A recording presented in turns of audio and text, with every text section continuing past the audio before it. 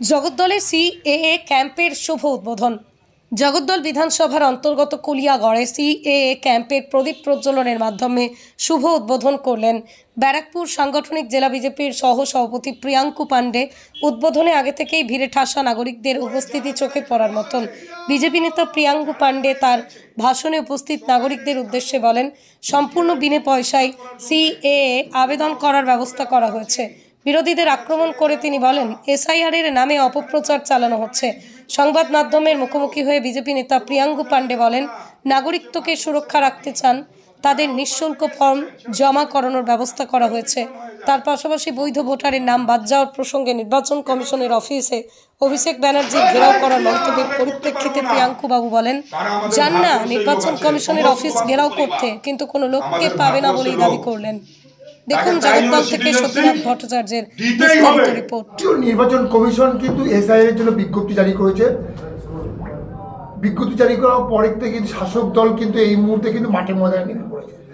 ইতিমধ্যেই কিন্তু আগরপাড়ার মজাদি সদনের এলাকার 57 বছরের একটা প্রবীণ নাগরিক মারা গেছে। আজকে তার যুবরাজ অর্থাৎ তৃণমূলের second in command Abhishek Banerjee গেছিল এবং সেখানে বলেছেন একটা নাম যদি বাদ যায় তাহলে 1 লক্ষ লোক নিয়ে কিন্তু আমরা নির্বাচন কমিশন ঘেরাও।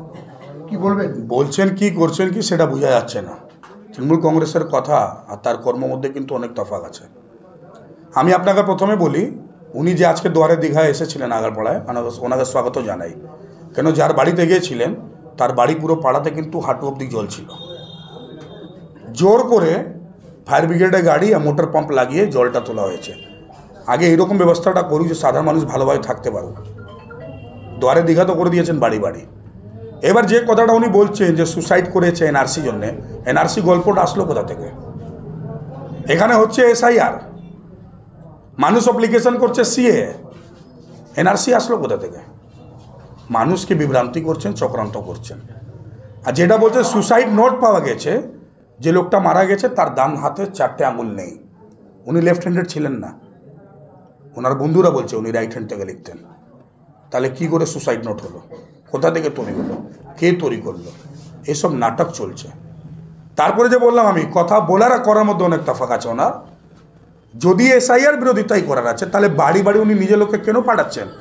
যারা 2002 সালে 25 সালে ভোটার লিস্ট নিয়ে বাড়ি বাড়ি যাচ্ছে, বলছে অমুক ডকুমেন্টস লাগবে, অমুক ডকুমেন্টস লাগবে, কেন মানুষকে বিভ্রান্তির মধ্যে ফেলছেন? আজকে দিনে বুথ লেভেল অফিসাররা বাড়ি বাড়ি যাবার জন্য ট্রেনিং নিচ্ছে। আগামী 4 তারিখ থেকে বাড়ি বাড়ি যাবে। একদিনে 50টা বাড়ি যাবার কথা বলা হয়েছে।